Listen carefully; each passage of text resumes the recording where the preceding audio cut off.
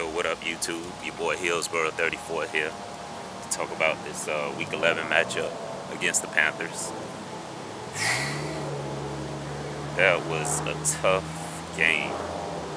That's why I'm out here now. I had to come outside for a walk, come up to the park down the street because that game was so tense. And I hate to say it, but I thought we were gonna lose that game. Turnovers, I mean, we came out stale. I thought it was going to be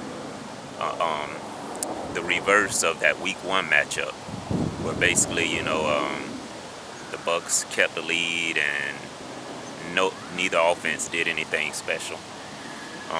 So I was glad to see we were able to come back in that game. Man, that was tough. I can't even smile, man. That game has my stomach hurt. But shout out to Black Magic. We got a Madden game in this morning. Panthers versus Bucs. So that was cool. Shout out to the other Buccaneers video maker, 24D Kobe. I ran into him out in Tampa last week. Forgot to mention that in my last video. So coming into this game, it's windy out here. I'm gonna have to get in my car.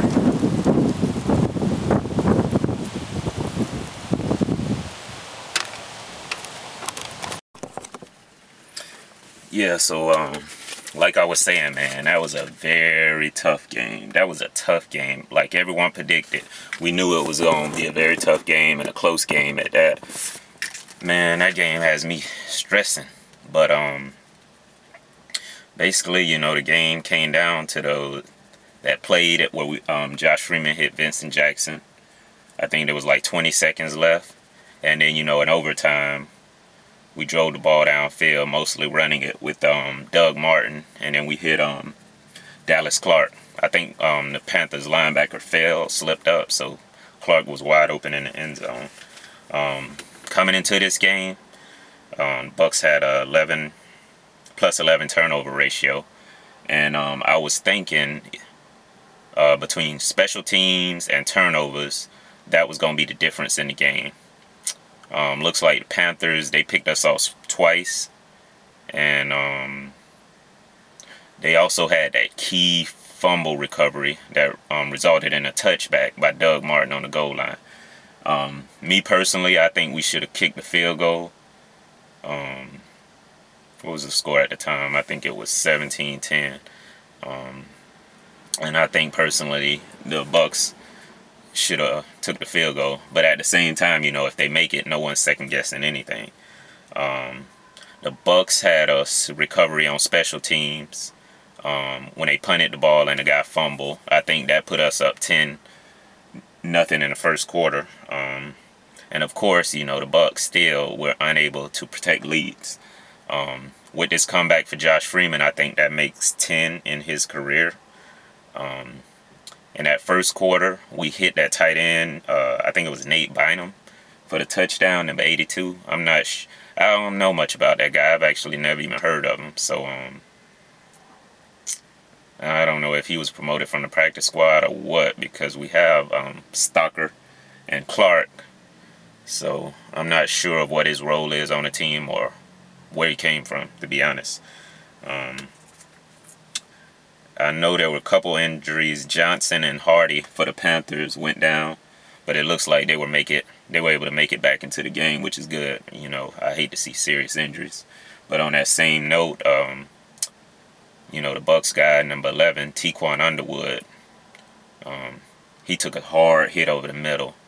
So I'm thinking he was probably concussed based on the way that hit looked. So we'll have to wait and see what comes out with that. Hopefully, it's nothing serious.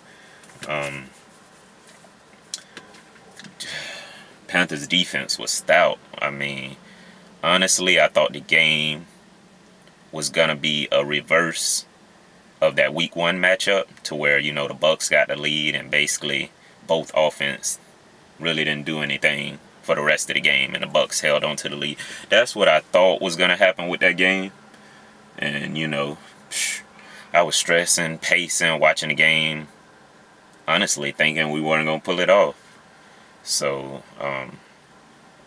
fortunately, Bucs were able to get it together at the very last few seconds. But Josh Thomas and Captain Munnerlyn for the Panthers, those guys are tough, you know. I don't get to watch a lot of Panthers games being here in Tampa, but they got a decent secondary. They got a decent defense. Luke Kuechly was like attached to our running backs. It was like every time Martin, Ware, or any of our running backs got the ball, before they could even make a move, Luke Kuechly was bringing them down. You know, with Doug Martin, we give him the ball so much, eventually he's going to get his yardage. But Luke Kuechly, man, that guy looks good. On the other end, our rookie Mark Barron, he's looking a little rusty right now these past 2 games. So, yeah, there was that one pass interference call on him. I can't remember if it was Olsen or not. It might have been Olsen. They were trying to hit him in the end zone. And he interfered. He didn't turn his head around.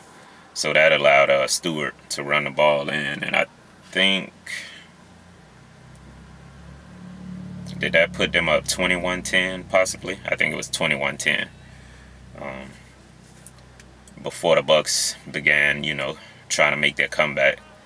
Like I said, man, that was a tough game. I can't say anything more than that. It was just a really tough game. And, you know, we lost Eric Wright. So we were down to Biggers and Leonard Johnson. And that had me concerned because we all know how Biggers gets exposed week in and week out. And then Steve Smith was taking advantage of Leonard Johnson. But I think I'm going to end on that note. It was a tough game, like I said. Shout out to Black Magic. We got a Madden match in early this morning.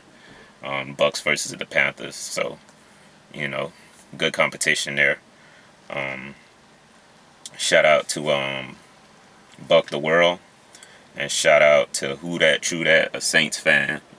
I saw a couple of his videos. I subbed to him and he subbed to me.